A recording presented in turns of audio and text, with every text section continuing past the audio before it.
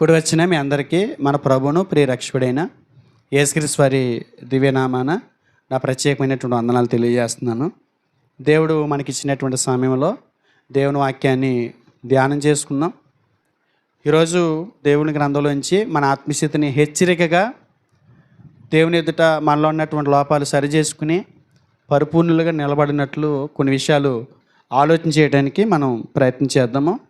అపొస్తలుడైన పౌలు తిమోతికి రాసినటువంటి మొదటి పత్రిక 4వ అధ్యాయము మొదటి 2 వచనాలు చదువుకుందాం. అయితే కడవరి దినములలో కొందరు అబద్ధికుల వేషధారణ వలన మోసపరుచు ఆత్మలయందును దెయ్యముల బాధయందును లక్ష్యముంచి విశ్వాస భ్రష్టులగుదరని ఆత్మ తేటగా చెప్పుచున్నాడు. కడవరి దినములలో కొందరు అబద్ధికుల వేషధారణ వలన మోసపరుచు ఆత్మలయందును దెయ్యముల బాధయందును లక్ష్యముంచి విశ్వాస భ్రష్టులగుదురని ఆత్మ తేటగా చెప్పుచున్నాడట. దేవుని వాక్యాన్ని జాగ్రత్తగా పరిశీలన చేస్తే కాలం గడిచే కొలది విశ్వాస భ్రష్టత్వం సంభవిస్తుంది అనేది పౌలు గారు తన ప్రియకుమారుడైనటువంటి తిమోతితో మాట్లాడుతున్నమాట. కాలం గడిచే కొలది మనుషులు ఎలా మారిపోతారంట? విశ్వాస భ్రష్టులైపోతారంట. విశ్వాస భ్రష్టత్వం సంభవిస్తుందంట. కడవరి దినాల్లో అన్నాడు. ఇది 53 నుంచి 60 ఈ మధ్యకాలంలో రాసినటువంటి పత్రిక ఇది. పౌలు గారు తిమోతికి మొదటి శతాబ్దంలో రాసినటువంటి పత్రిక ఇది. ఇప్పటికీ ఈ పత్రిక రాయబడి ఇంచుమించు 2000 సంవత్సరాలు అయింది. 2000 సంవత్సరాల క్రితం రాసినటువంటి మాట ఇది. అంటే అప్పుడు కడవరి దినాల్లో మనుషులు కాలం గడిచే కొలది ఎలా మారిపోతారని చెప్తున్నాడు. విశ్వాస భ్రష్టులు అయిపోతారంట. విశ్వాస భ్రష్టులు అవుతారంట. భక్తులైనటువంటి దేవుని పిల్లలు కాలం గడిచే కొలది వాళ్ళు ఎలా మారిపోతారంటే విశ్వాస భ్రష్టులు అవుతారని పరిశుద్ధాత్ముడు చెప్తున్నాడంట. విశ్వాసులోంచి తొలగిపోతారు. ఎందుకు చెప్తున్నాడు ఇది అంటే విశ్వాసులోంచి తొలగిపోతారు కాబట్టి మీరు కూడా తొందరగా తొలగిపోతారు కాబట్టి నువ్వు చేస్తున్న స్థానిక సంఘాన్ని తొలగిపోండి అని చెప్పమని కాదు. ఇక్కడ విశ్వాస భ్రష్టులైపోతారు. కాలం గడిచే కొలది పరిస్థితులను బట్టి ముందుకెళ్ళి కొలదు పరిస్థితులు చాలా తీవ్రతరంగా ఉంటాయి, చాలా దారుణంగా తయారవుతాయి, చాలా నీచంగా తయారవుతాయి.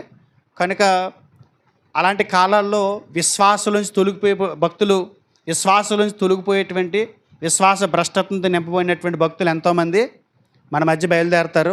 కాబట్టి వారిని బట్టి కడవరి దినాల్లో పరిస్థితులు ఎలా ఉంటాయో పరిశుద్ధాత్ముడు తేటగా చెప్తున్నాడు.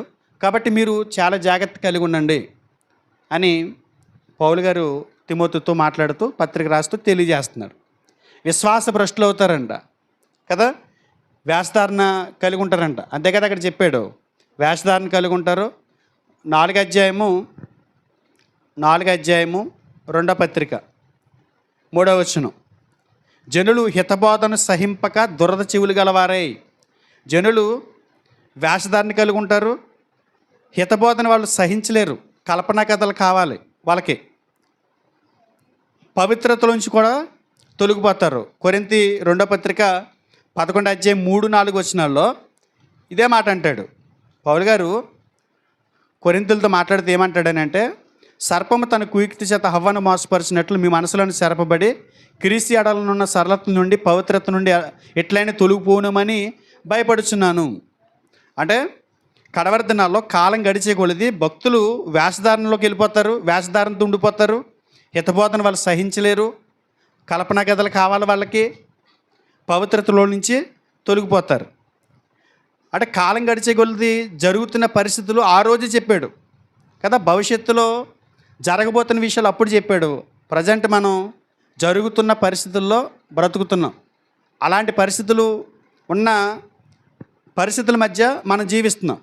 కాబట్టి మనం ఈరోజు నేర్చుకోబోతున్నటువంటి అంశాన్ని బట్టి విశ్వాస భ్రష్టత్వం అనేది సంభవిస్తుంది. విశ్వాస భ్రష్టత్వం అనేది కొంతమంది విశ్వాసులు చవి చూస్తారు అని దేవుడు చెప్పారు. కనుక అలాంటి విశ్వాస భ్రష్టత్వంతో కూడుకున్న మనుషులతో అలాంటి మనుషులకు మనం దూరంగా ఉండి మన ఆత్మీయంగా బలపడడానికి మనల్ని మనం కాపాడుకోవడానికి యేసుక్రీస్తు వారు ఇచ్చిన పవిత్రతలో నుంచి తొలగిపోకుండా జాగ్రత్త పడడానికి కొన్ని విషయాలు మనం ఆలోచించాల్సిన అవసరత ఉంది. ఈరోజు మనం ధ్యానించబోతున్న అంశం ఏంటంటే ఒక క్రైస్తవుడు ఆత్మీయంగా దిగజారిపోవటానికి కారణాలు. ఒక క్రైస్తవుడు, ఒక భక్తుడైన వాడు క్రీస్తు పవిత్రమైన రక్తంలో కడగబడి సంఘంలోకి చేర్చబడినటువంటి ఒక భక్తుడు, విశ్వాస భ్రష్టుడు అవటానికి గల కారణాలు ఏంటి? విశ్వాసంలోంచి తొలగిపోవటానికి కారణాలు ఏంటి? ఆలోచించాను. ఇప్పుడు మనం మాట్లాడుకుంటున్నాం కదా, నేను మాట్లాడుతున్నాను, ఒక వచనం తీసుకుని మాట్లాడుతున్నాను. ఏమని అంటే విశ్వాస భ్రష్టులు అవుతారు అని, విశ్వాసంలోంచి తొలగిపోతారు అని. నేను మాట్లాడుతున్నాను, మీరు వింటున్నారు. నేను మాట్లాడుతున్నాను, మీరు వింటున్నారు. మాట్లాడుతున్న నేను, వింటున్న మీరు ఏం చెబుతున్నాం? ఏం మాట్లాడుకుంటున్నాం? విశ్వాస భ్రష్టులు అయిపోతారు, కాలం గడిచే కొలది విశ్వాస భ్రష్టులు అయిపోతారు అని అంటున్నాం. ఎవరినో అంటున్నాం, విశ్వాస భ్రష్టులు అయిపోతారని చెప్పి ఎవరినో అంటున్నట్టుగా మాట్లాడుతున్నాం మనం, అంతేనా? విశ్వాస భ్రష్టులు అవుతారంటే అర్థం ఏంటి? మేం కాదు అని.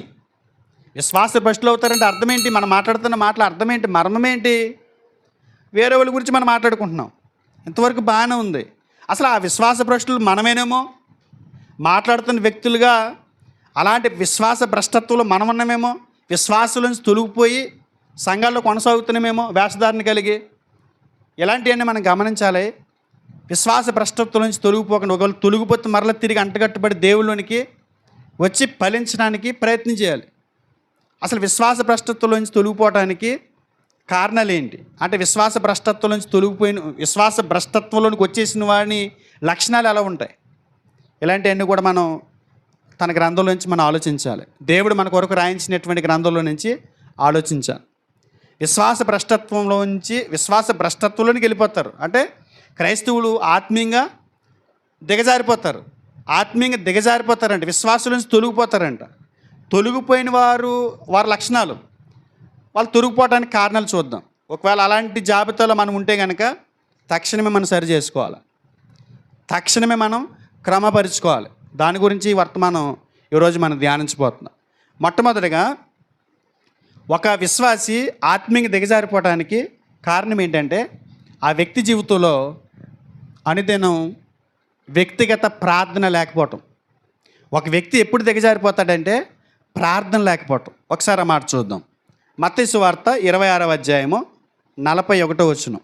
మీరు శోధనలో ప్రవేశింపకుండునట్లు మెలకువగా ఉండి ప్రార్థన చేయడి. యేసుప్రభువు వారు ఆయనతో ఉన్న 12 మంది అపోస్తలులు, ఆయన శిష్యులను ఉద్దేశించి వారితో మాట్లాడుతూ అంటాడు, మీరు శోధనలో ప్రవేశించకుండానట్లు మెలకువగా ఉండి ప్రార్థన చేయండి. అంటే ప్రార్థన చేయకపోతే ఎక్కడికి వెళ్తారు? వీళ్ళు శోధనలోనికి వెళ్తారు. శోధన అంటే ఏంటి? కాదండి, అది శ్రమ. కష్టాలు నష్టాలు అనేవి శ్రమ. శోధన వేరు, శ్రమ వేరు. శోధన పాపం చేయటానికి పురుకొల్పబడే పరిస్థితులు, అది సాతాను పెడతాడు. శ్రమ అనేది భక్తి జీవితాన్ని కొనసాగిస్తున్నప్పుడు వచ్చే ఇబ్బందులు, ఇరుకులు, కష్ట నష్టాలు, దానికి దీనికి సంబంధం లేదండి. శోధన అంటే పాపం చేయటానికి పురుకొల్పి పరిస్థితులు అనమాట, అది శోధన. మీరు అలాంటి శోధనలోనికి ప్రవేశింపకుండానట్లు, అంటే దేవునికి నచ్చనటువంటి కార్యక్రమాల్లోనికి మీరు వెళ్ళకుండానట్లు, శోధింపబడకుండానట్లు సాతాను శోధిస్తాడండి, పాపం చేయడానికి శోధిస్తాడండి. అందుగురించి క్రీస్తు ప్రభువు అంటారు ఆ 12 మంది అపొస్తలులతో, మీరు శోధనలో ప్రవేశింపకుండానట్లు, మీరు విశ్వాస భ్రష్టులు కాకుండానట్లు, విశ్వాసం నుంచి తొలగిపోకుండానట్లు మెలకువ కలిగి ప్రార్థన చేయండి అన్నారు. అంటే ప్రార్థన చేయకపోతే వచ్చే నష్టం ఏంటంటే శోధనలో పడతాడు. ప్రార్థన లేని వ్యక్తి విశ్వాసం నుంచి తొలగిపోతాడు.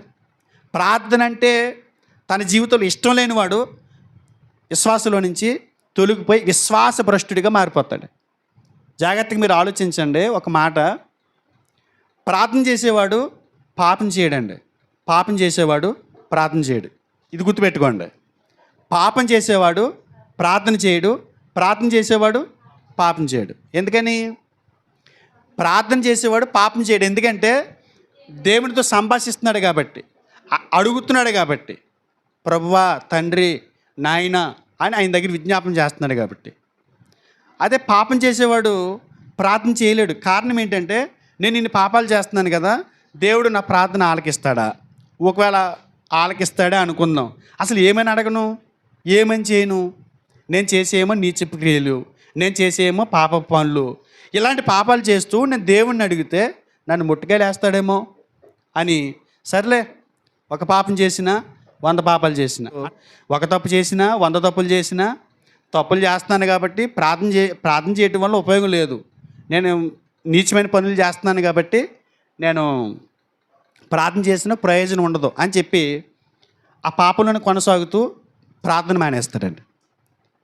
ఎప్పుడైతే నువ్వు ప్రార్థన మానేసావో, దేవునితో ఆ బాంధవ్యాన్ని మానేసావో, దేవునితో ఈ సహవాసం ప్రార్థన అనే దేవుని దగ్గర విన్నవించుకునే ఈ కార్యక్రమం ఏదైతే నువ్వు మానేసావో, వెంటనే నువ్వు విశ్వాసంలో నుంచి తొలగిపోతావు, దేవుని మీద నమ్మకం కోల్పోతావు, శోధనలోనికి ప్రవేశిస్తావు, శోధింపబడతావు, ఏడవబడతావు, మరులు కొల్పబడతావు.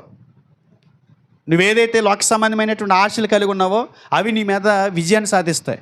అప్పుడు వెంటనే నువ్వు ప్రార్థన నీ జీవితంలో నుంచి తొలగించుకుంటావు, పాపాన్నే చేస్తూ బ్రతుకుతావు. చాలామంది వారి జీవితాలు ప్రార్థన లేకపోవడం కారణం ఏంటంటే, మోకరించి ప్రార్థించడానికి వాళ్ళకి సిగ్గుపడి ప్రార్థన చేయట్లా.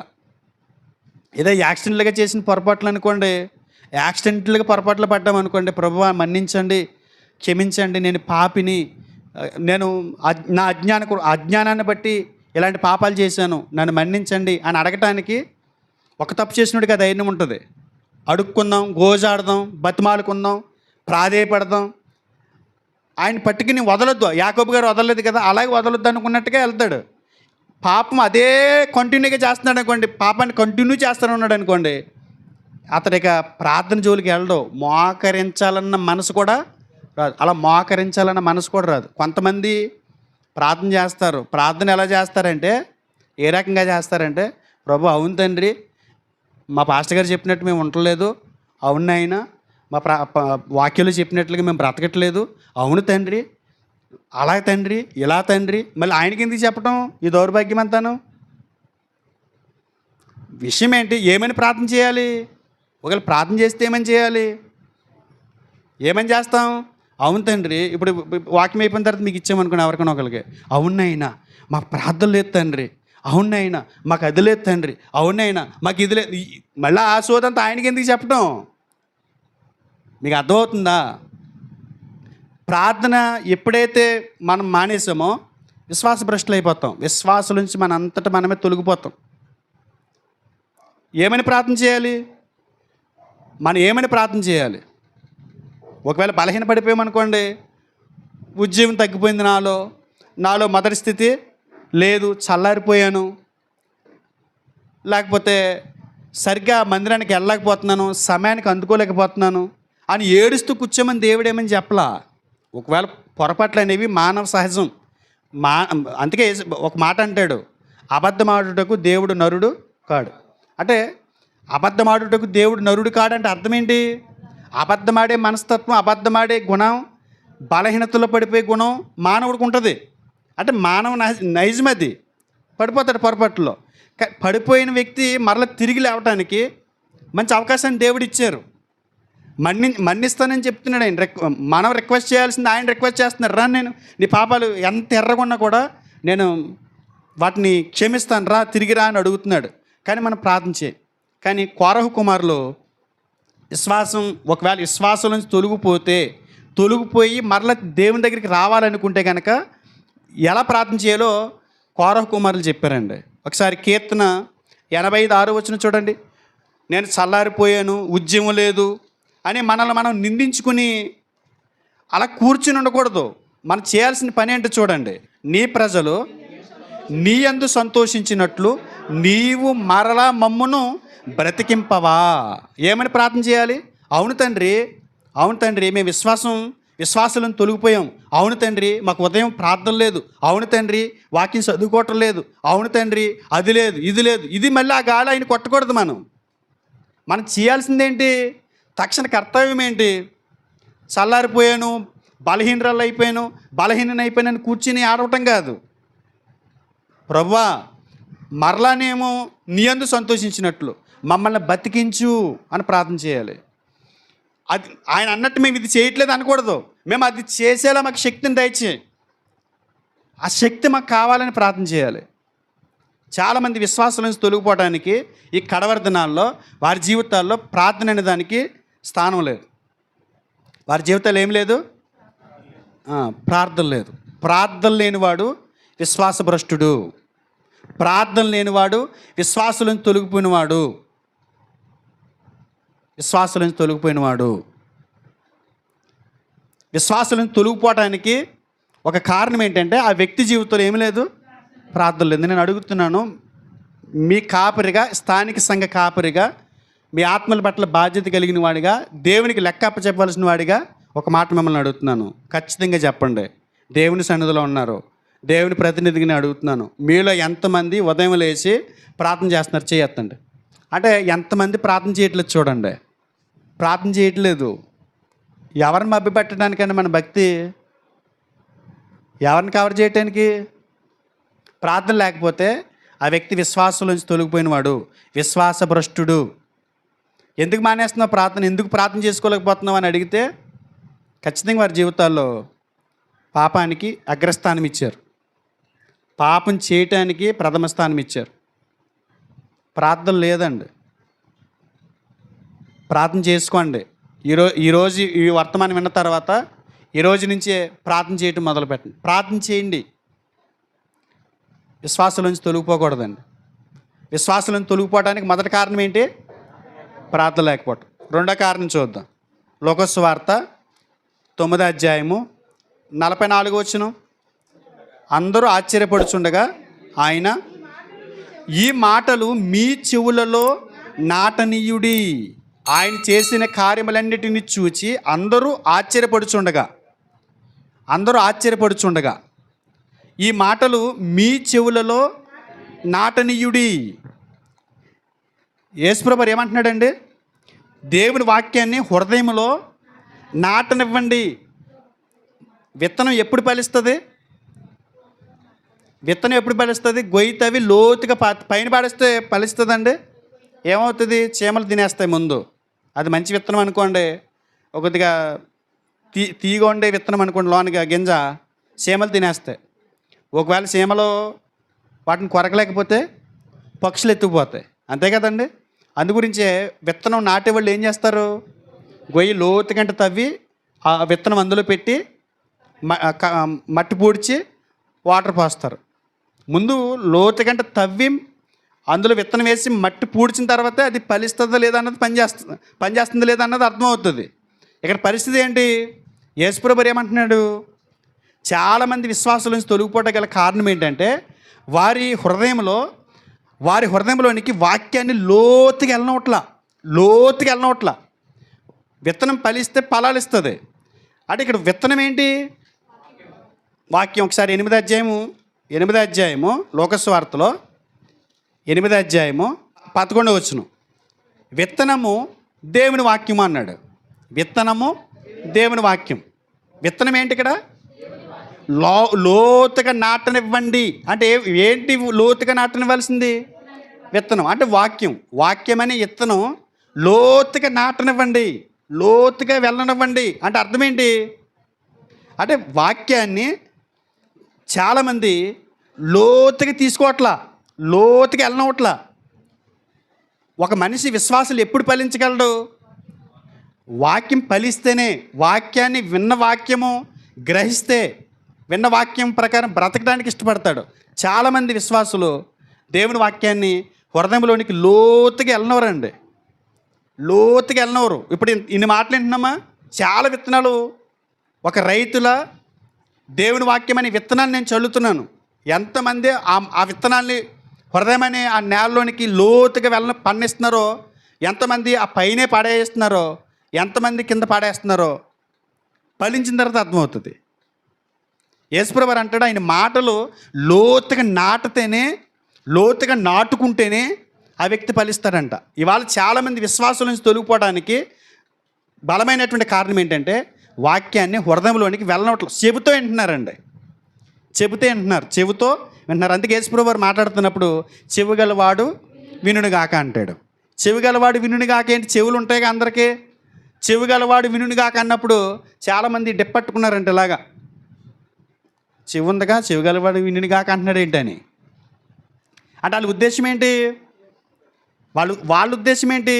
మేము వింటున్నాంగా, ఇంత ఉన్నాయి శాటల్లాగా ఉన్నాయి మా చెవులు, వింటున్నాంగా, చెవి గలవాడు వినుని కాక అంటున్నారేంటి ప్రభు అని వాళ్ళు ఆశ్చర్యపోతుండేవారంట. ఈ చెవి చూసుకుని మాకు వినపడుతుంది, మేము వింటున్నామని. ఎప్పుడైనా సరే మానసిక రోగులు ఉంటారు చూసారా, మానసిక రోగుల్ని పరీక్షించడం ఎప్పుడైనా చూసారా? మానసిక రోగుల్ని పరీక్షించే విధానం చూసారు ఎప్పుడైనా? డాక్టర్ ఎలా పరీక్షిస్తాడో తెలుసా? మానసిక రోగి అంటే మెంటల్గా అప్సెట్ అయిన వాళ్ళు స్పందించరు, అలా స్తబ్దుగా మౌనంగా ఉంటారు. ఆ డాక్టర్ ఏం చేస్తాడంటే అలా నిలబెట్టి వెనక్కి వచ్చి గాజు గ్లాస్ పాడేస్తాడు, వెనకాల గాజు గ్లాస్ పాడేస్తాడు. గాజు గ్లాస్ పాడేసినప్పుడు వెనక్కి తిరిగాడు అనుకోండి, వాడికి పిచ్చలేనట్టు. వాడు మనసులో బాధ ఎట్టుకుని అలా ఉంటున్నాడు తప్ప వాడికి పిచ్చలేదు అని. వెనక్కి తిరగలేదు అనుకోండి, ఆ శబ్దానికి చెవులు పనిచేస్తున్నాయి, చెవులు పని చేయట్లేదు అంటలే, అక్కడ చెవులు వినపడతాయి కానీ బ్రెయిన్ పని చేయట్లా, మెదడు పని చేయట్లేదు వాడికి. అంటే అసలు వాడికి మొద్దు పారిపోయింది మైండ్. చెవికి వినపడుతుంది, మైండ్కి పని చేయట్లా. అంటే దేవుడి వాక్యం కూడా అంతే. చెవిగలవాడు వినుడిగాక అర్థం ఏంటంటే, చెవిగలవాడు వినుడిగాక అంటే అర్థం ఏంటంటే హృదయంలోనికి వాక్యాన్ని వెళ్ళనిచ్చేవాడు, హృదయంలోనికి వాక్యాన్ని లోతుగా నాటనిచ్చేవాడు చెవిగలవాడు అని. ఈ డిప్పలతో వినేవాడు కాదు ఇక్కడ చెప్పేది యేసుప్రభువు వారు. చాలామంది వాక్యాన్ని ఏళ్ల తరబడి వింటున్నారు. వాస్తవానికి వాక్యం వినే మీ స్థితి, మీ జీవితకాలాన్ని ఒకసారి లైన్గా పెట్టి చూస్తే మీరు బోధకులుగా ఉండాలి. మీకు తెలిసినంత వాక్యం ఇవాళ స్టేజ్ మీద నిలబడి వాక్యం చెప్పే సేవకుడు కూడా ఉండదు, అంత అనుభవం ఉంటుంది మీకు కాలాన్ని బట్టి చూస్తే. ఎందుకంటే నేను ఒకే ప్రసంగం మీకు చేస్తాను, కానీ నాలాంటి వాళ్ళని ఇంతమందిని చూస్తారు మీరు. ఆ మాటలు వింటూ వింటూ ఉంటే మీరు ఏమైపోవాలి? బోధకులు అయిపోవాలి. కానీ ఎలా ఉన్నారు? వాక్యాన్ని లోతుగా వెళ్ళనట్ల. వాక్యాన్ని లోతుగా వెళ్ళనకపోవటం అంటే ఏంటి చెప్తాను మీకు, ఒక ఉదాహరణ చూపిస్తాను మీకు. అంటే చెవిలోనికి నాటనివ్వట్లేదంటే అర్థం ఏంటి? చెవితో వింటమా అంటే కాదు. చాలామంది విశ్వాస భ్రష్టులు అవటానికి, విశ్వాసాలను తొలగిపోవటానికి వాక్యాన్ని హృదయంలోకి వెళ్ళనట్ల. చెవి దాకా వస్తుంది, చెవిలో నుంచి హృదయంలోకి వెళ్ళనట్ల, హృదయంలో నుంచి మెదడుకి సప్లై చేయనట్ల. మెదడుకి సప్లై అవుతేనే ఆ వాక్యం బ్రతకాలని కోరిక పుడుతుంది. ఒకసారి చూడండి, ఆదికాండము 3వ అధ్యాయము 9వ వచనం. దేవుడైన యెహోవా ఆదాముని పిలిచి, దేవుడైన యెహోవా ఆదాముని పిలిచి, ఏమంటే ఎక్కడి సన్నివేశం? ఏదైనా తోటలో జరుగుతున్నటువంటి సన్నివేశం. ఏదైనా తోటలో ఎవరున్నారండి? ఆదాము, హవ్వ, ఇంకెవరున్నారు? దేవుడు. ఇలా ముగ్గురు ఎలా ఉన్నారు అక్కడ? ఒక మంచి ఆరోగ్యకరమైనటువంటి వాతావరణంలో, చక్కటి ఆహ్లాదకరమైనటువంటి వాతావరణంలో ముగ్గురు గడుపుతున్నారు. ముగ్గురు ఉన్నారు అక్కడ. వాళ్ళిద్దరితో పాటు దేవుడు సహవాసం చేస్తున్నాడు. చల్లపొట్టు వారి దగ్గరకు వచ్చి వారిని చూసి ఆనందిస్తూ ఉండేవాడు. వాళ్ళు ఎలా అంటే తల్లిదండ్రులు పిల్లలతో ఎలా ఉంటారో అలా వాళ్ళిద్దరితో దేవుడు సహవాసం చేస్తూ ఏదైనా తోటలో వాళ్ళతో గడుపుతున్నాడు. అలాంటి టైంలో ఆదాముని దేవుడు అడుగుతున్నాడు, ఏమని? ఆదాము, నువ్వు ఎక్కడున్నావా? నువ్వు ఎక్కడున్నావు ఆదాము? నువ్వు ఎక్కడున్నావు అంటే అది ఎవరి మాట? దేవుని మాట. దేవుని మాట ఆదమ్మ గారికి వినపడిందా లేదా? వినపడిందా? వినపడకపోతే స్పందించకపోదుడు. చెవికి వినపడింది ఆదమ్మ గారికి. ఆదాము గారికి వినపడింది కాబట్టి ఆయన అంటాడు, ఆదాము, నేను తోటలో నీ స్వరం విన్నప్పుడు దిగంబరినిగా ఉంటుంది కనుక భయపడి దాగుకొంటినెను. ఆదాము, నువ్వెక్కడున్నావు అన్నాడు. దానికి ఆ మాట వినపడి, దేవుని వాక్ వినపడి, నేను చెట్టు పక్కన దాక్కున్నాను, ఎందుకంటే ఒంటి మీద నూలు పోకు కూడా లేదు, నూలు పోకు కూడా లేదని ఇప్పుడు నాకు అర్థమైంది.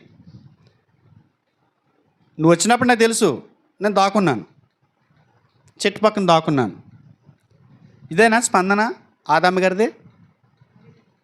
అలాగే చెప్పాడుగా, అంతేనండి. దేవుడు ఏమడిగాడు?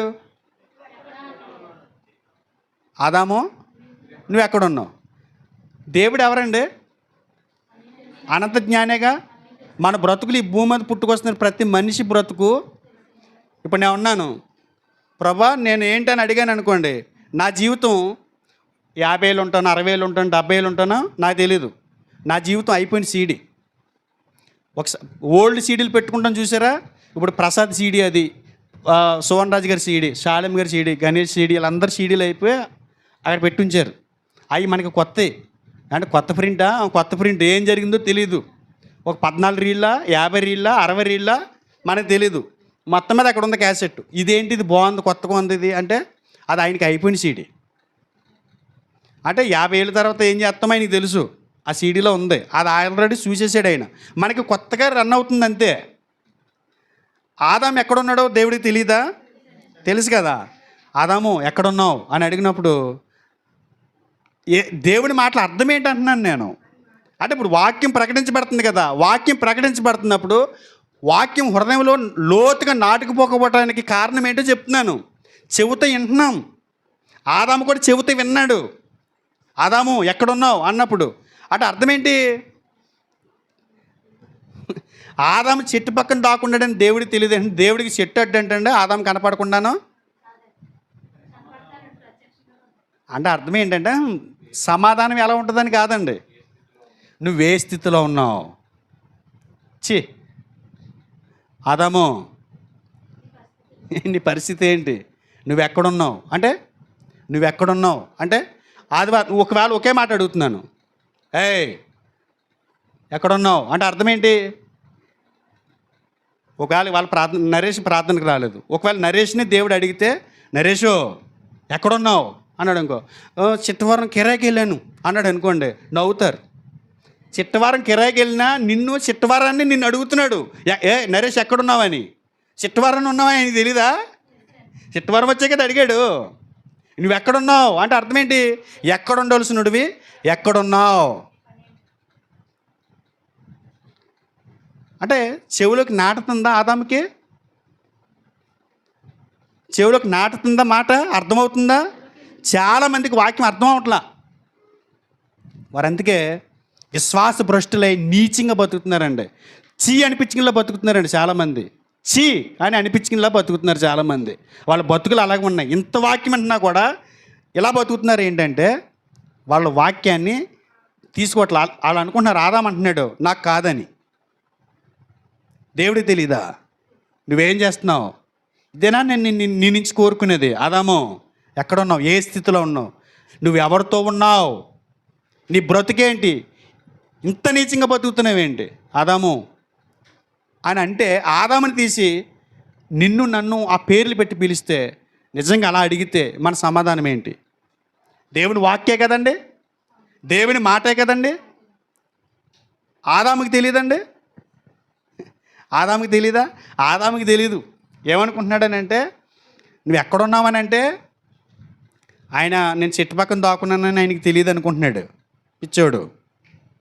చాలామంది పిచ్చోళ్ళు అలాగే అనుకుంటున్నారు. దేవుడు వాక్యం మాట్లాడుతుంటే ఇది నాకు కాదు అని ఎగిలించుకుంటాను. నువ్వు ఎక్కడున్నావంటే అర్థం ఏంటి? నువ్వే స్థితిలో ఉన్నావు, నువ్వు ఎలా బతుకుతున్నావు తెలుసా? ఇదేనా నేను నీ నుంచి కోరుకున్నది? నువ్వు రక్షణ పొందినాడు, బాప్తీసం తీసుకుని తీర్మానం చేసుకుని సంఘంలోకి చేర్చమన్నాడు. ఆ తీర్మానాలు ఏమైనా? ఎవరి కోసం బతుకుతున్నావు? ఎందుకు బతుకుతున్నావు? నువ్వు ఏ స్థితిలో ఉన్నావు తెలుసా నువ్వు అని అడుగుతున్నట్టు ఉంది. దేవుని వాక్యం ప్రతి వారం అలాగే మనల్ని సంధిస్తుందండి. ప్రతి వారం ప్రతి కూడికి అలాగే సంధిస్తుంది. భయంకరంగా మనతో మాట్లాడుతుంది. కానీ మనం మాత్రం హృదయంలోనికి ఆ మాటలు తీసుకోలేకపోతున్నాం. ఆదాముని ఏమడిగాడంటారు? నీ స్థితి ఏంటి? నువ్వు ఎక్కడున్నావు? ఆదాము నువ్వు ఎక్కడున్నావు అంటే ఏంటి అర్థం? ఇంతకు మునిపు ఎక్కడున్నావు? మనం సహవాసం చేసాం కదా, మరి అప్పుడు అలాగే ఉన్నావు. అప్పుడు ఏమన్నా రేమాండ్ అరవింద డ్రెస్ వాడి నా మధ్యన తిరిగావా? అప్పుడు ఒంటి మీద నూలు పోగులు లేవు, దిగంబరిగానే ఉన్నావు. ఇప్పుడు చెట్టు పక్కెళ్ళి దాక్కునే పరిస్థితి ఎందుకు వచ్చింది నీకు ఆదాము అని అడుగుతున్నాడు. వాళ్ళు చాలామంది సిగ్గుపడే బతుకుతున్నారు కాబట్టి కూడికలకు హాజరవ్వలేకపోతున్నారు. చాలామంది పాపులు నీతిమంతుల సభలో నిలబడలేరండి. వాళ్ళ వాక్యాన్ని హృదయంలోనికి నాటనివ్వకపోని కారణాన, వాక్యం హృదయంలోనికి వారు చోటు ఇవ్వని కారణాన వాళ్ళు విశ్వాస భ్రష్టులు అయిపోయారు. విశ్వాసం నుంచి తొలగిపోయారు. ఆదామును అడుగుతున్నట్లుగా నిన్ను నన్ను దేవుడు అడుగుతున్నాడు, నువ్వెక్కడున్నావు అని. నువ్వు ఎక్కడున్నావని. దేవుడికి తెలియదండి. పిల్లలు మనం ఒక్కొక్కసారి పిల్లలు శుద్ధ ముక్కతోటి చాక్ పీస్ తోటి నేల మీద రాసేస్తున్నారు అనుకోండి, లేకపోతే పెన్ తీసుకుని తల్లుల దగ్గర బైబిల్ తీసేసుకుని ఇలా రాసేస్తున్నారు అనుకోండి, ఏంటమ్మా అది అన్నాం అనుకో, పెన్నతో బైబిల్ మీద రాస్తున్నాను అందనుకో నవ్వుతారు. పెన్నతో బైబిల్తో రాస్తున్నామని నిన్ను అడుగుతుంది, అలా రాయకూడదని, అలా చేయకూడదని. నువ్వు ఎక్కడున్నావు అని ఆదామని అడుగుతుంటే దేవుడు అర్థం ఏంటనుకుంటున్నావు? సిగ్గుపడి దిగంబరిగా నువ్వు దాక్కునే స్థితిలో నువ్వు ఉన్నావు. ఆదాము, ఇది తప్పు కదా, ఏంటి నువ్వు చేసిన పొరపాటు కదా. చాలామంది దేవుడు అడిగితే సమాధానం లేదండి. అసలు నువ్వే స్థితిలో ఉన్నావు నువ్వు తెలుసా? అసలు అర్థమవుతుందా నీకు? నువ్వే స్థితిలో ఉన్నావు నీకు అర్థమవుతుందా? నువ్వే ఎంత దూరం వెళ్ళిపోయావు తెలుసు నాకు. ఒక్కసారి వెనక్కి తిరిగి చూడు, నీకు కనుచూపు మేరలో దేవుడు కనపడ్డావు. కనుచూపు మేరలో సంఘం నీకు కనబడతావు. నువ్వు చాలా దూరం వెళ్ళిపోయావు దేవునికి, నువ్వు చాలా దూరం వెళ్ళిపోయావు సంఘానికి. దేవుడు ఈ మధ్యాహ్నం అడుగుతున్నాడు, నువ్వెక్కడున్నావు, నువ్వెక్కడున్నావు? ఆ మాట నీ చెవులోకి వెళ్తుందా అని. ఒకసారి సమూయేలు గారు మాట్లాడుతూ ఒక మంచి మాట అన్నారండి. సౌలుతో 15వ అధ్యాయం సమూయేలు మొదటి గ్రంథం 22వ వచనం. అందుకు సమూయేలు తాను సెలవిచ్చిన ఆజ్ఞను ఒకడు గైకొనుట వలన యెహోవా సంతోషించినట్లు ఒకడు దహన బలులను అర్పించుట వలన ఆయన సంతోషించునా. ఆలోచించుము. ఏమండి, అర్పణ కంటే మాట వినుట శ్రేష్టం. ఇది దేవుని మాట. అర్పణ కంటే మాట వినుట శ్రేష్టం. ఆయన అంటున్నాడు, సమూయేలు ప్రవక్త అంటున్నాడు సౌలుతో, సౌలు బాగా బలిసినటువంటి గొర్రెలు, ఎడ్లు అవన్నీ పట్టుకొచ్చి దేవునికి బలి అర్పించాను అంటున్నాడు. ఆ బలితో పని లేదు ఆయనకి. నీ అర్పణలు కాదు ఆయనకి కావాల్సింది, మాట వినటం కావాలి. మాట వినటం కావాలి. నీ పాటలు కాదు, నీ ప్రార్థనలు కాదు, నీ వాక్యం కాదు, మాట వినటం కావాలి, బ్రతకడం కావాలి. ముందు చెప్పాడు చూడండి. ఒకసారి ఆలోచించి అంటున్నాడు, దహన బలులను అర్పించటం వల్ల ఆయన సంతోషించిన. ఆలోచించము, బలులు అర్పించటం కంటే ఆజ్ఞని గైకొనుటయు, పొట్టేలు క్రొవ్వు అర్పించటం కంటే మాట వినుటయు శ్రేష్టము. చాలామంది మాట వింటున్నారు, ప్రతి వారం కొల్లలుగా వింటున్నారు మెసేజ్లు, వర్తమానాలు గుట్టల కింద వింటున్నారు, అసలు మామూలు మెసేజ్లు వింటలా. కానీ ఎందుకు ఒక్కసారి కూడా ఈ వాక్యం నీలో ఫలించట్లేదు? ఎందుకు ఒక్కసారి కూడా నీ జీవితంలో మార్పుని తీసుకురావట్లేదు? ఇవి 100 తప్పుల్లో కనీసం ఒక్క తప్పు కూడా నువ్వు ఒక 10 మెసేజ్లు కూడా వదులుకోలేని స్థితిలో నువ్వు ఉన్నావేంటి అని అంటే, వాక్యాన్ని వింటున్నావు కానీ ఆ వాక్యాన్ని ఎక్కడికి వెళ్ళనవట్లేదు, హృదయంలోకి వెళ్ళనవట్లే. చాలామంది అలాగే ఉన్నారండి. అలా అనుకుంటారు, ఏం తెలియదు అనుకుంటారు. అంటే పరలోకం ఇచ్చింది నేనేంటండి, ఇక్కడి నుంచి నరకానికి పంపించింది నేను కాదు కదా. పరలోకానికి పంపాలన్నా నరకానికి పంపాలన్నా ఆయనే కదండి, సృష్టికర్తే కదంటండి. ఒకసారి చూడండి, యెషయా ప్రవక్త కొంతమందిని ఉద్దేశించి మాట్లాడుతూ, వాళ్ళు ప్రసంగాలు వింటున్నారు కానీ వాళ్ళ స్థితి ఎలా ఉందో చెప్పాడు చూడండి. యెషయా గ్రంథము 32వ అధ్యాయము 9వ వచనం. సుఖాసక్తి గల స్త్రీలారా లేచిన నా మాట వినండి. ఏమంటే, సుఖాసక్తి గల స్త్రీలారా లేచిన మాట వినండి, నా మాట వినండి. వింటున్నాగా ప్రభు, ప్రతి వారం చక్కగా చెప్తారు. ఎవరు? మా పాస్టర్ గారు చక్కగా. మరి నీలో మార్పేది? అక్కడ స్త్రీలు ఎలా మారిపోయారు? సుఖాసక్తి, సుఖానికి అలవాటు పడిపోయి, లగ్జరీ లైఫ్కి అలవాటు పడిపోయి, ఎంజాయ్మెంట్కి అలవాటు పడిపోయి, కుటుంబం ఏమవుతుందో, భర్త ఏమవుతున్నాడో, పిల్లలు ఏమవుతున్నారో, వాళ్ళ బ్రతుకులు ఏంటో, వాళ్ళ భవిష్యత్తు ఏంటో, రేపు పొద్దున్న నా జీవితం ఏంటో ఆలోచించకుండా ఇష్టానుసారంగా బ్రతుకుతున్నటువంటి స్త్రీలను ఉద్దేశించి యెషయా ప్రవక్త ఆవేదన వ్యక్తం చేస్తూ, యెషయా ప్రవక్త ద్వారా దేవుడు మాట్లాడుతున్నాడు. సుఖాసక్తి గల స్త్రీలారా నా మాట వినండి, నా మాట వినండి. విశ్వాసం నుంచి తొలగిపోవడానికి కారణం ఏంటంటే నా మాట మీరు వినట్లా. నిశ్చింత గల స్త్రీలారా, నిశ్చింతగా, అసలు రేపేం జరుగుతుందో ఆలోచన లేదు వాళ్ళకి. ఇక రేపేంటి భవిష్యత్తు ఆలోచన లేదు. ఇక ఇవాళ గడిచిందా, ఇవాళ గడిచింది కూడా ఎలా గడిచింది, ఎంజాయ్ చేసామా లేదా, సరదాగా ఉన్నామా లేదా, ఇదండి. ఇలాంటి జీవితం అది జీవితమే కాదు, అది జీవితమే కాదు. ఆ జీవితమే కాదు, అలాంటి వాళ్ళు వాక్యం వినరు, విన్న చివరికి ఆగిపోతారు, లోతుకి వెళ్ళనవరండి. ఇలాంటి జీవితమే కాదు, 10 సార్లు అంటున్నాను నేను. మార్చుకోండి మీ బ్రతుకులు అని యెషయా ప్రవక్త హెచ్చరిస్తున్నాడు. యెషయా ప్రవక్త హెచ్చరిస్తున్నాడు. ఒకసారి తిమోతికి రాసిన మొదటి పత్రిక 5వ అధ్యాయము 6వ వచనం చూడండి. సుఖభోగములందు ప్రవర్తించినది బ్రతుకుచుండియు చచ్చినదై ఉండును. సుఖభోగాలకు అలవాటు పడిపోయినటువంటి ఆడది బ్రతికి ఉన్నా చచ్చిందంత సమానమంట. చచ్చిన శవం నువ్వు అంటున్నాడు. భవిష్యత్తు ఎవరేమనుకుంటున్నారు, ఏంటి, ఏముండదు నీకు ఇక. అది ఈ స్త్రీలకే కదండి, పురుషులకు కూడా. నేనైనా మీరైనా ఎవరికైనా ఈ వాక్యం అందరికీ అప్లై అవుతుందండి. ఇది ఎవరికొకరు ఉద్దేశించి కాదు. ఎవరైతే విశ్వాసభ్రష్టులై విశ్వాసం నుంచి తొలగిపోయి బ్రతుకుతున్నారో వాళ్ళని దేవుడు తీవ్రంగా ఖండిస్తున్నాడు, గద్దిస్తున్నాడు. విశ్వాసం నుంచి తొలగిపోవడానికి గల కారణం ఏంటి తెలుసా? వారి జీవితాల్లో ప్రార్థన లేకపోవటం. విశ్వాసం నుంచి తొలగిపోవడానికి కారణాలు ఏంటి తెలుసా?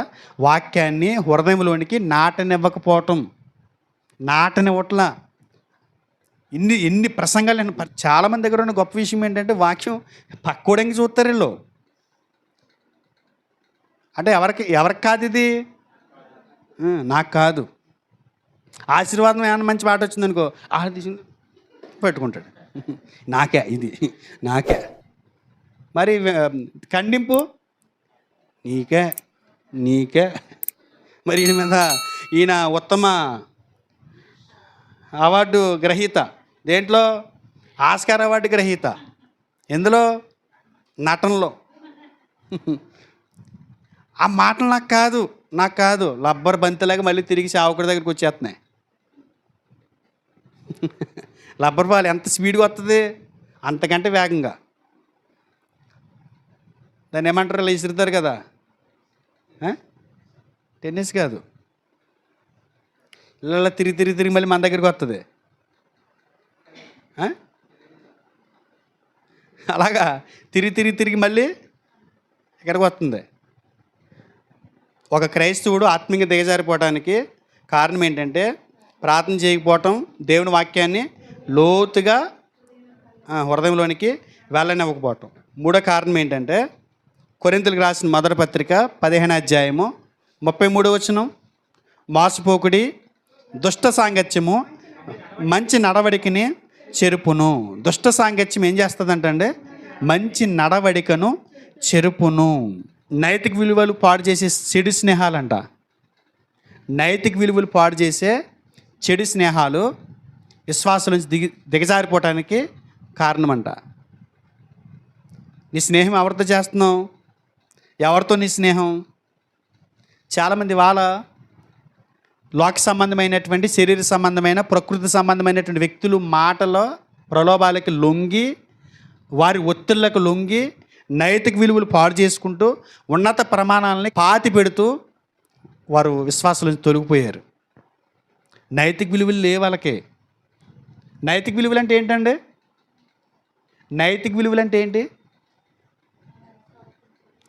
దీంతో సంబంధం లేకుండా, గ్రంథాలకి సంబంధం లేకుండా, ఇందులో దేవుడు చెప్పింది పక్కనెట్టండి కాసేపు.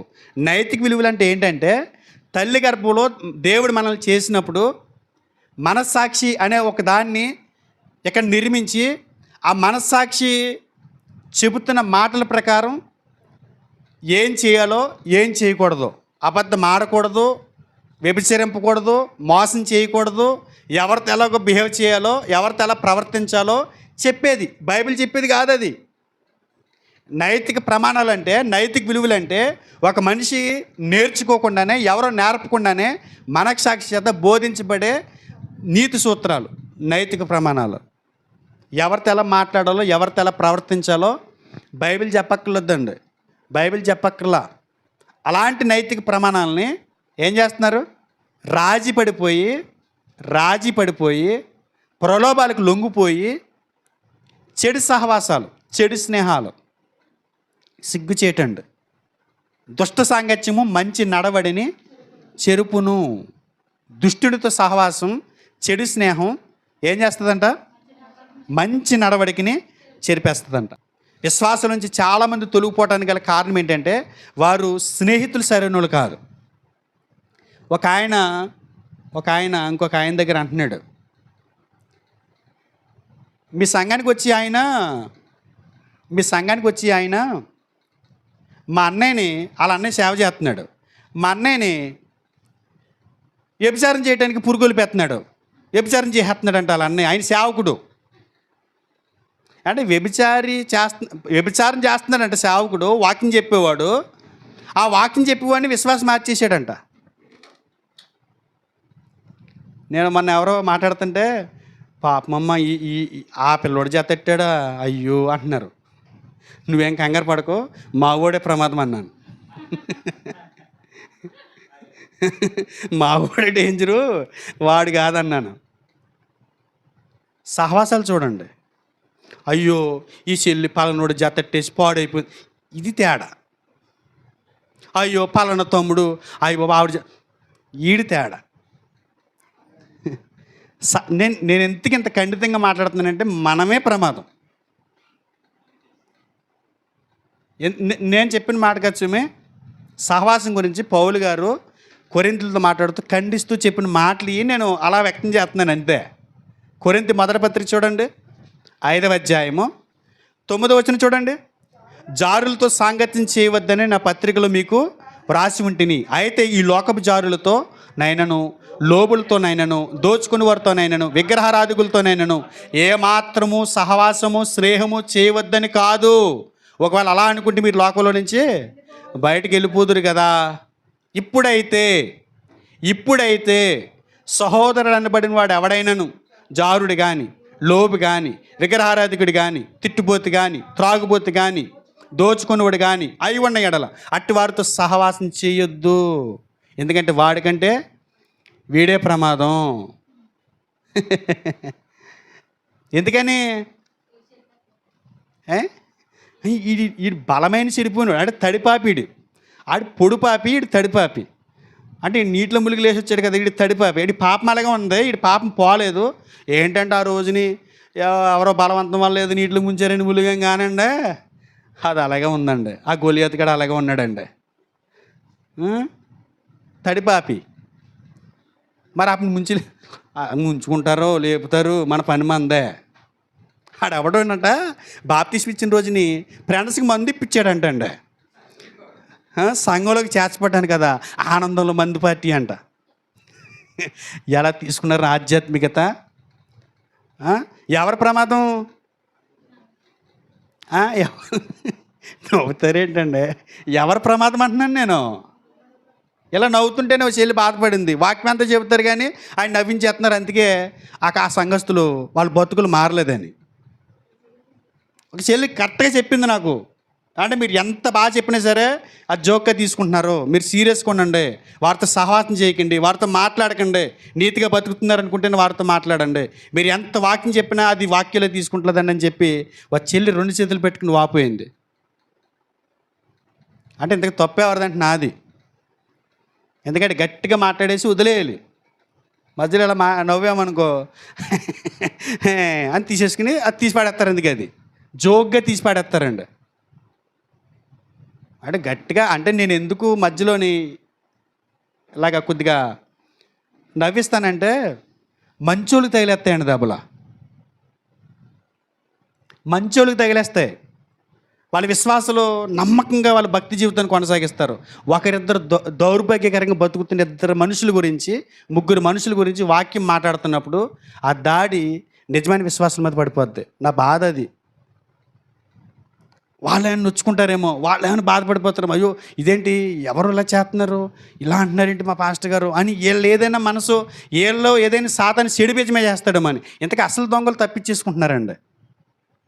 అసలు దొంగలు తప్పించేసుకుంటున్నారు. ఒక విషయం గుర్తుపెట్టుకోండి, మీరు విశ్వాసం నుంచి తొలగిపోయారు, దేవుడు అన్నీ చూస్తున్నాడు. దయచేసి ఈ మాటలు మనసున పెట్టండి. మీరు విశ్వాస భ్రష్టులే బ్రతుకుతున్నారు, విశ్వాసం నుంచి తొలగిపోయారు, మీకు ప్రార్థన లేదు, వాక్యం మీ హృదయంలోనికి నాటనివ్వట్లేదు, మీ సహవాసాలు బాగలేదు, మీ స్నేహాలు బాగలేదు, మీ జతగాళ్ళు బాగలేదు. ఏంటిది ప్రాబ్లం? విశ్వాసులను తొలగిపోట కారణం ఏంటి? ఒకసారి చూడండి, సామెతలు 13:20. జ్ఞానులు సహవాసం చేయవాడు జ్ఞానం గలవాడగును, మూర్ఖుల సహవాసం చేయవాడు చెడిపోవును. మూర్ఖుల సహవాసం చేయవాడు ఏమవుతాడండి? చెడిపోవును, చెడిపోతాడంటండి. ఎవరు సహవాసం చేసేవాడు? మూర్ఖుల సహవాసం చేసేవాడు. 16:29 చూడండి. బలాత్కారి తన పొరుగువాన్ని లాలన చేయును, కాని మార్గములో వాణ్ణి నడిపించును. బలాత్కారి ఏం చేస్తాడు? లాలన చేస్తాడంట. నువ్వు అలాగా, నువ్వు ఇలాగా, నువ్వు సూపరు. పొగడతలు పడిపోయే రకాలు ఉంటాయి చూసారా? ఆ పొగడతలు పడిపోయే రకాలని పొగిడేసి లాలన చేసేసి కాడి మార్గంలో నడిపించేస్తారంట. అప్పుడు అంతా అయిపోయిన తర్వాత అర్థమవుతుంది. అంతా అయిన తర్వాత అర్థం అవ్వకుండానే ముందే దేవుడు హెచ్చరిస్తున్నాడు మనల్ని, మన జీవితాలని. లాలన మాటలు పడిపోయే రకాలుగా ఉండకూడదు. మనం సహవాసంలో చాలా సరైనటువంటి వాళ్ళని ఎంపిక చేసుకోకపోవటం, మన సహవాసం సరైన వారితో ఉండకపోవటం, మన సహవాసం పరిశుద్ధులతో ఉండకపోవటం, మన సహవాసం ఎల్లప్పుడూ భక్తి జీవితాన్ని కొనసాగించే వారితో లేకపోవటం విశ్వాసం నుంచి తొలగిపోతున్నాం. ఒకసారి కాకపోతే ఒక్కసారైనా భక్తులతో మన సహవాసం చేసామనుకోండి, పడిపోకుండా నిలబడి ఉంటాం. నువ్వు పడిపోయిన వాళ్ళతో సహవాసం, తొలగిపోయిన వాళ్ళతో సహవాసం, పాపంలో బతికే వాళ్ళతో సహవాసం, వాళ్ళతో మాట్లాడుతుంటే ఫ్రీగా ఉంటుందండి. ఈ భక్తులతో మాట్లాడుతుంటే చిరాకు వచ్చేస్తుంది. ఒక 5 నిమిషాలు కూడా మాట్లాడలేకపోతాను. ఎందుకు? ప్రార్థన చేసుకో, బైబిల్ చదువుకుంటున్నావా, ఇవాళ ఏం చదువు, ఇది అవతర బాబు ఇలా పట్టుకుందా, ఈడెవడ నాయనలా పట్టుకున్నాడా, ఏం చూసావు ఇవాళ కొత్తది సినిమా వచ్చింది చూసావా, ఏం చేస్తున్నావు, ఎలాంటి జోకులు వేసుకున్నారు, ఏం వండుకున్నారు, ఇలాంటివి మాట్లాడంటే ఎంతసేపు అయినా టైం ఇచ్చేస్తారు కదా. వాక్యం చదివి భక్తిగా ఉండే వాళ్ళతో ఫోన్ మాట్లాడమన్నాడు ఒక 5 నిమిషాలు కూడా. అదేలే అదేలే అదే, అవతల నుంచి స్పందన ఉండదు. ఈయన మాట్లాడుతుంటాడు, అవతల నుంచి ఇవే వస్తాయి, అవును అవును. ఎందుకని? వాళ్ళ దగ్గర ఏమీ లేవు. కనీసం బైబిల్ ఏదైనా మాట్లాడదామంటే నువ్వు ఎప్పుడైనా చదివితేగా వాక్యం గుర్తుండటానికే, ఆ వచనం గుర్తుండటానికే. 3 కారణాలు చూసాం. 1, వాక్యాన్ని లోతుగా హృదయంలోకి వెళ్ళనివ్వకపోవటం, ప్రార్థన జీవితం ప్రార్థన చేయకపోవటం, సరైన వారితో సహవాసం చేయకపోవటం కదా. అమ్నోను, రెహబాము ఇలాంటి వాళ్ళని చూసాం మనం. రెహబాము రాజ్యం 2 భాగాలు అయిపోతే కారకుడయ్యాడు. కారణం ఏంటంటే అతని స్నేహితులు తిప్పేశారు అతన్ని. తర్వాత అమ్నోను తన చెల్లితో పాపం చేశాడు, సొంత చెల్లితో పాపం చేశాడు. కారణం ఏంటంటే అతని స్నేహితుడైనటువంటి వ్యక్తి ఇచ్చిన చెడు సలహా. యవనస్తులతో చెప్తున్నాను నేను ఒక మాట, యవనస్తులు గుర్తుపెట్టుకోండి, రోజులు బాగలేదు. మీ సహవాసాలు ఎవరితో చేస్తున్నారో ఒకసారి. అసలు ఒక పవిత్రంగా బ్రతకటం అనేది దేవుని దృష్టిలో అది ఎంతో ఉన్నతమైన ఒక ఆస్కార వాటి గ్రహీతతో సమానం. పవిత్రంగా బతికే ఆడపిల్లలు కానీ అబ్బాయిలు కానీ యవనస్తులు పవిత్రంగా బతకటం అని అంటే అది ఒక డిగ్నిఫైడ్గా ఉండటం అంతది దేవుని దృష్టికి విలువైంది. దేవుని దృష్టికి విలువైందండి. ఈ సహవాసాలు ఎలా ఉంటాయంటే, స్నేహాలు ఎలా ఉంటాయంటే అలాగే చెప్తారు, యవనంలో కాకపోతే ఇంకెప్పుడు చేస్తావు ఎంజాయ్. కొంతమందికి 40 ఏళ్ళు వచ్చేసినా యవనస్తులు వాళ్ళకి ఇక వీళ్ళ మైండ్ అక్కడ ఆగిపోయింది. ఎక్కడ 14 సంవత్సరాల వయసులో ఆగిపోయింది మైండ్. ఇంక అక్కడి నుంచి ఎదగట్లేదు. ఇది ఎదగటం మానేసి 14 ఏళ్ళు పిల్లలాగా, 14 ఏళ్ళు కుర్రోలాగా పిల్లలు పుట్టేసి మెచ్యూర్ అయ్యే పిల్లలు వచ్చి బాధ్యతలు కలిగినటువంటి వయసు వచ్చినా కూడా వీళ్ళు ఎదగట్లేదు. వీళ్ళ బతుకులు ఎదగట్లేదు. ఇక ఎంతసేపు ఇదే తంతు, ఇంక ఇదే తంతు.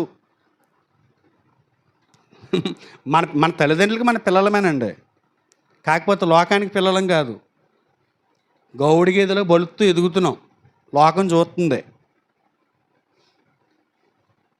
బుద్ధి లేదా అని తిడతారు ఇలాగా.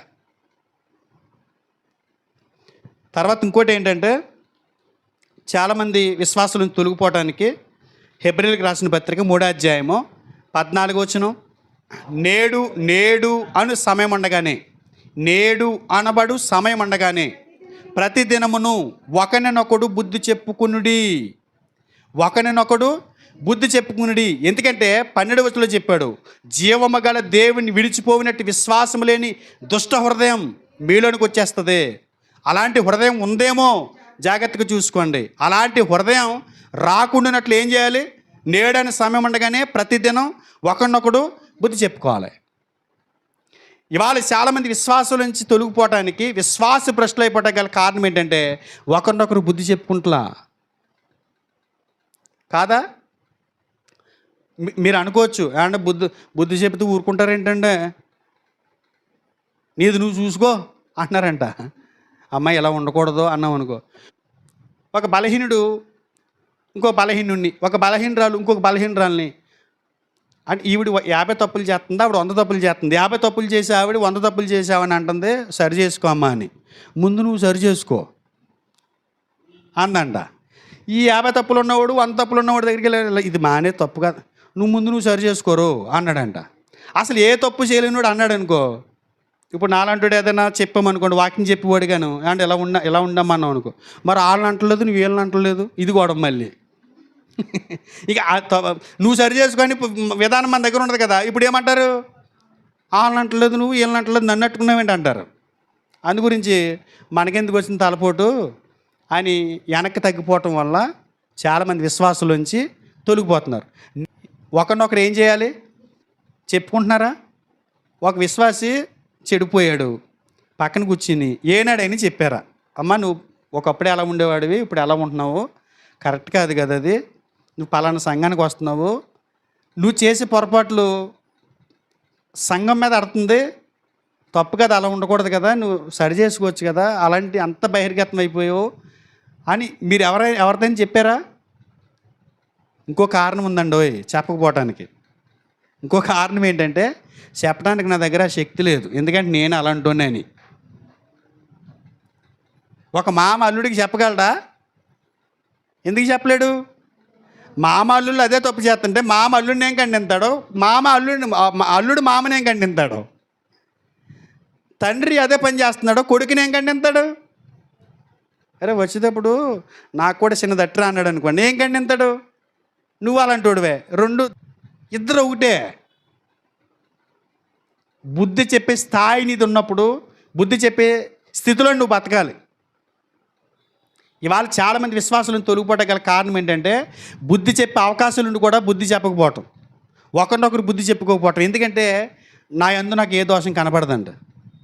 ఇప్పుడు నేను ఉన్నాను, నా తప్పులు నాకు తెలియదు, ఎందుకంటే నేను కరెక్ట్గానే ఉన్నాను అనుకుంటాను. మీరంతే. అది ఎవరికి కనపడుతుంది?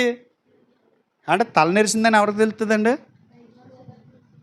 నా తల నెరిసిందానికి ఎవరికి తెలుస్తుంది? ముందు స్పీడ్గా ఎవరికి తెలుస్తుంది? ఎదురుగుండా ఉన్న వాళ్ళకే కదా. నా తల నెరిస్తే ఎవరికి తెలుస్తుంది? అనయా తల నెరిసిపోయి చూసుకున్నావా అంటే, అప్పుడు గౌ వెళ్ళి అద్దం దగ్గరికి వెళ్ళి ఇలా ఇప్పుకుని అమ్మో నిజమే అనుకుంటాను. అప్పుడు దాకా నాకు తెలీదు కాదా.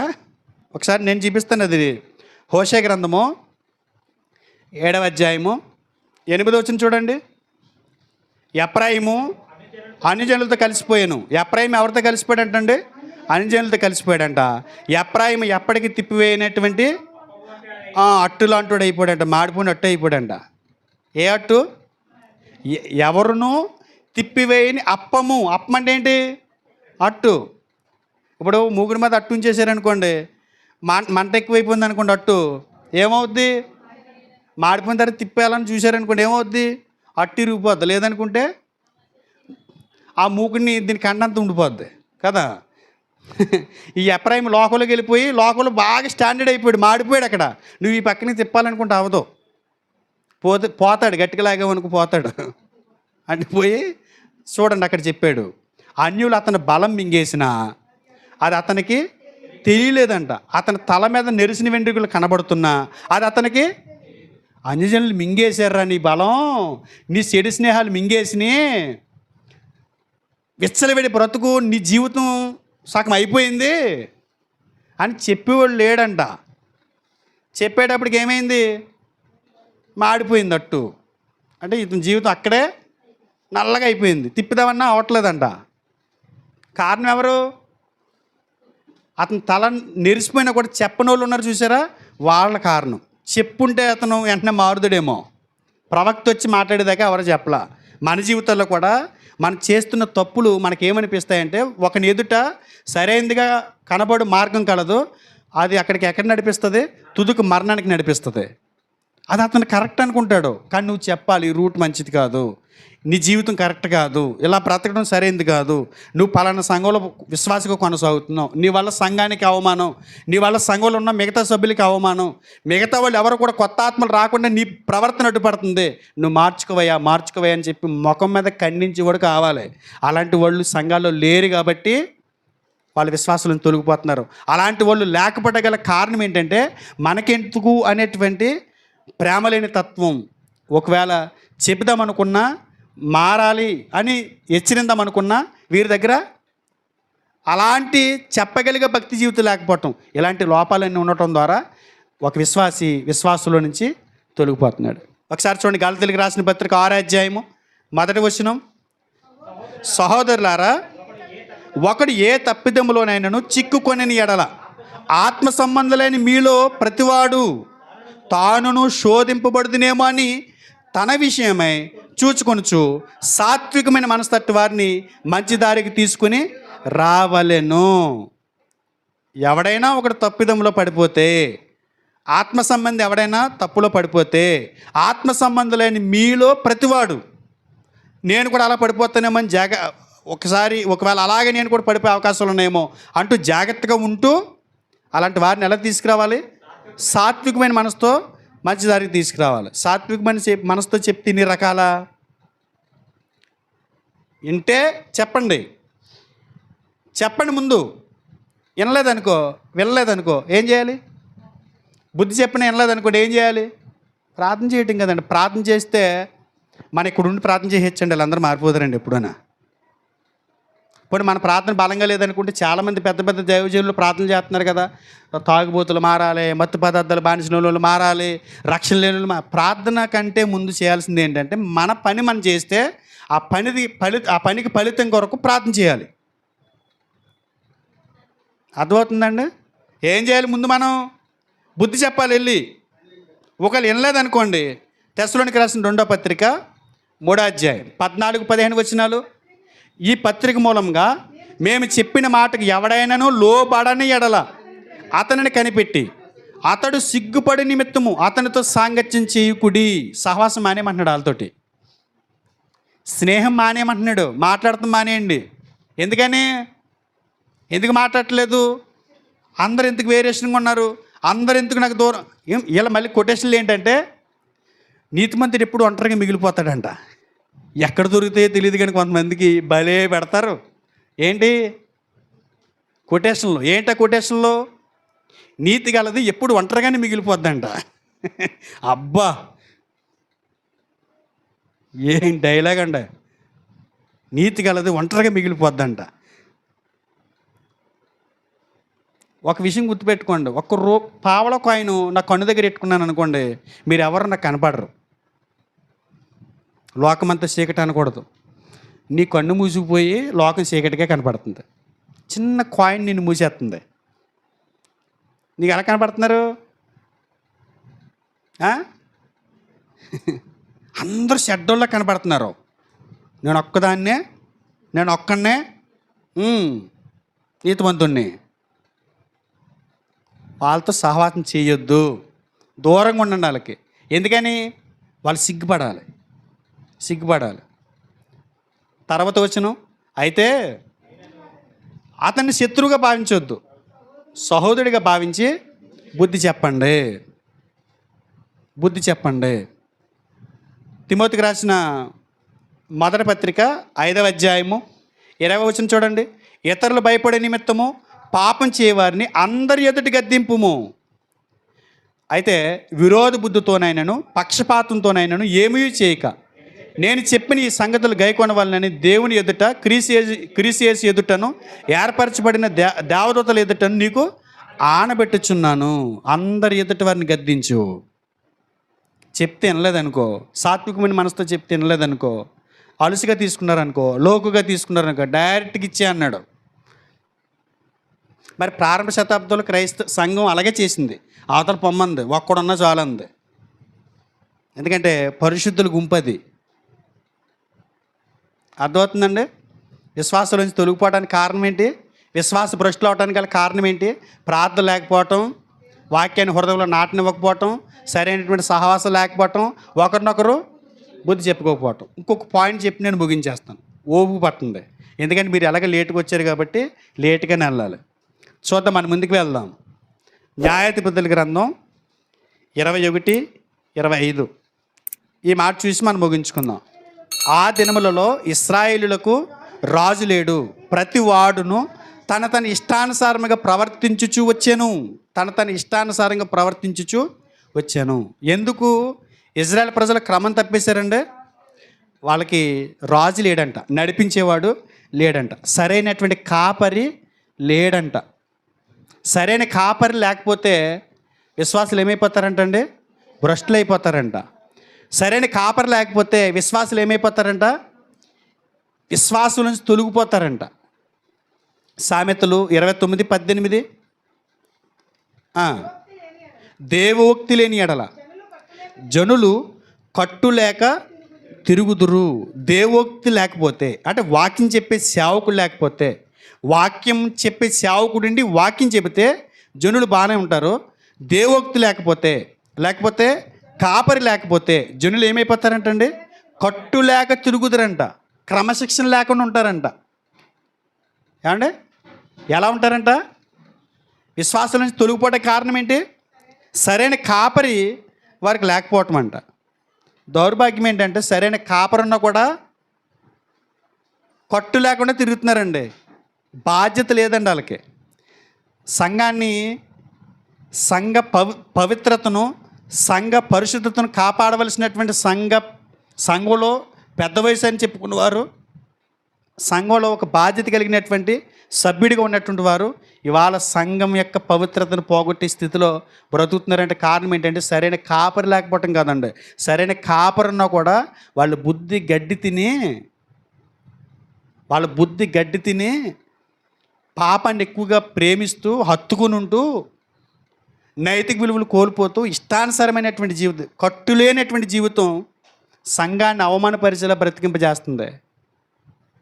ఎంత అవమానం తెలుసండి? ఎంత అవమానం తెలుసా? ఇప్పుడు ఎలా ఉందంటే, ఒక ప్రభుని నమ్ముకున్న, క్రీస్తు నమ్ముకున్న వ్యక్తి ఎవరైనా పొరపాటు చేశారనుకోండి, వాళ్ళని తిట్టే విధానం ఒక రకంగా ఉంటుంది చూడండి. లోకల మామూలు వ్యక్తి చేశాడు అనుకోండి, వాళ్ళు ఏమనరు. కానీ క్రైస్తవుడు తప్పు చేస్తే ఏమంటున్నారు తెలుసండి? దేవుని బిడ్డలంట మళ్ళీని అంటే ఏంటి అర్థం? అంటే దేవుని బిడ్డలో నిజాయితీగా ఉండాలి, దేవుని బిడ్డలో కరెక్ట్గా ఉండాలి, దేవుని బిడ్డలో మాట అనిపించుకోకూడదని వాళ్ళు చెప్తున్నారు. మీ దేవుడే నిజమైన దేవుడు, మీ దేవుడు నిజమైన దేవుడు కాబట్టి నిజమైన దేవుడిని నమ్మిన పిల్లలు నిజంగానే ఉండాలి, కరెక్ట్గానే ఉండాలి అని వాళ్ళు చెప్తున్నారు. కానీ నిజమైన దేవుడిని నమ్ముకున్నామని చెబుతున్నారు, నిజమైనటువంటి భక్తులు వీళ్ళు బతకట్లేదు. వీళ్ళ దేవుడిని ఎరుగుద్దామని చెప్పుకుందరు కానీ అసహ్యులు, అపవిత్రులు, అసహ్యమైనటువంటి కార్యాలు చేస్తూ దేవుడు ఎవరో మాకు తెలియదు అన్నట్టుగా బతుకుతున్నారు చాలామంది. ఎవరికి బాధ? ఏమండి? మీ అమ్మ నాన్న, నిజంగా మీ అమ్మ నాన్న, మీకు జన్మనిచ్చిన అమ్మ నాన్న అలా అవమానపరుస్తారు? మీరు ఊరుకుంటారు? మీ అమ్మ నాన్న అంటే వారి ఆత్మీయ తండ్రికి ఎంత అవమానం తీసుకొచ్చేలాగా ఎందుకు బతుకుతున్నారండి? సిగ్గు కూడానండి, అది తప్పండి. అది సేవకుడు దుఃఖంతో పరిచర్య చేస్తే అది మీకు నిష్ప్రయోజనం అంట. ప్రతి కన్నీటి బొట్టుకు మీరు లెక్క చెప్పుకోవాలి. ఇవాళ చాలామంది విశ్వాసాల నుంచి తొలగిపోవటగల కారణం ఏంటంటే, చాలామంది విశ్వాస భ్రష్టులు అవటగల కారణం ఏంటంటే, వాక్యం చెప్పే ఆత్మల భారం కలిగి, మీ ఆత్మల పట్ల బాధ్యత కలిగి ఉండే సేవకులు కరువైపోయారు కాబట్టి ఇష్టానుసారంగా బ్రతుకుతున్నారు. నిజంగా సొంత బిడ్డల్లా గారవించి వాక్యం చెప్పి బతిమాలుకుని కాచి మేపి ఉన్న నిజమైన సేవకుని కూడా మీరు బాధపరుస్తున్నారని అంటే మీరు ఖచ్చితంగా దేవుడికి లెక్క చెప్పుకుంటారు. ఖచ్చితంగా దేవునికి లెక్క చెప్పుకుంటారు. అంటే సాతాను పట్టేస్తానండి, అసలు ఎక్కదండి చెవులోనిక, ఏం చెప్పినా ఎక్కదో, ఎప్పుడు వదిలేస్తాడు వెళ్ళిపోదామని చూస్తారండి. సాతాను ఉచ్చులో ఉంటే మాత్రం ఇక అసలు వాళ్ళకి ఏమి వినపడదు. ఇంక వాళ్ళకి ఒకరోజు మాత్రం వచ్చి అడుగుతారు ప్రార్థన చేయని అని. చాలామంది ఉన్నారండి, చాలా జాగ్రత్తగా వాక్యాన్ని వింటున్నారు, విన్న వాక్యం ప్రకారం బ్రతకడానికి మనకు నొప్పి ఏంటండి? నొప్పి ఏంటి చెప్పండి? అవమానం కాదు అది? ఒక పలానా సంఘానికి వెళ్తున్నావు, పలానా సంఘానికి వెళ్తున్నాడు, ఈ వ్యక్తి ఇక్కడ ఉన్నాడేంటి? ఈ వ్యక్తి ఇక్కడ ఉన్నాడేంటి? ఇక్కడేంటి? ఇక్కడ ఎడుతున్నాడు వీడు బతుకేంటి ఇలా ఉంది? అసలు ఆయన వాక్యం చెప్పట్లేదు అన్నట్టుగా ఉంటుందండి. ప్రార్థన చేయండి, మీరు కూడా ప్రార్థన చేయండి. ఎవరైతే బలహీనలే ఉన్నారో మార్చుకుంటే దేవునికి స్తోత్రం, మార్చుకోవడానికి ప్రయత్నం చేస్తే దేవునికి స్తోత్రం. మేము మారం ఇలాగే ఉంటాము, కౌరులు అలాగే చెప్పుకోండి మీరు అని అంటే కనుక ఖచ్చితంగా ఈ శుక్రవారం మనం ఉపవాసం ఉండి ప్రార్థన చేద్దాం. ఉపవాసం ఉండి రండి, శుక్రవారం కూడుకొచ్చేవాళ్ళు మొత్తం తేలిపోవాలి. ఎవరైనా సరే, నేనైనా మీరైనా. అర్థమవుతుందా? విశ్వాసులోంచి తొలగిపోయిన వారి లక్షణాలు ఏంటో చూసాం. తొలగిపోవడానికి కారణాలు అంటే లక్షణాలు అవే. తొలగిపోయిన వాళ్ళ లక్షణాలు అవే. వాళ్ళు ప్రార్థన చేయట్లేదు, నువ్వు తొలగిపోయావు. బైబిల్ వాక్యం వింటలేదు, నువ్వు తొలగిపోయావు. సరైన సహవాసులు లేరా నువ్వు తొలగిపోయావు. బుద్ధి చెప్పుకునే వాళ్ళు, నీకు బుద్ధి చెప్పేవాళ్ళు లేరా, నువ్వు బుద్ధి చెప్పే స్థితిలో లేవా, నువ్వు తొలగిపోయావు. ఖచ్చితంగా మళ్ళీ తిరిగి దేవుని దగ్గర రావడానికి ప్రయత్నం చేయండి. అర్థమవుతుందండి? దేవుడి మాటలో మీ హృదయాలు ఫలింప చేయాలని కోరుకుంటున్నాను. సాతాను ఎత్తుకెళ్ళిపోకుండా చిన్న ప్రార్థన చేసుకుని మనం తర్వాత కార్యక్రమాలకు వెళ్దాం. ప్రార్థన.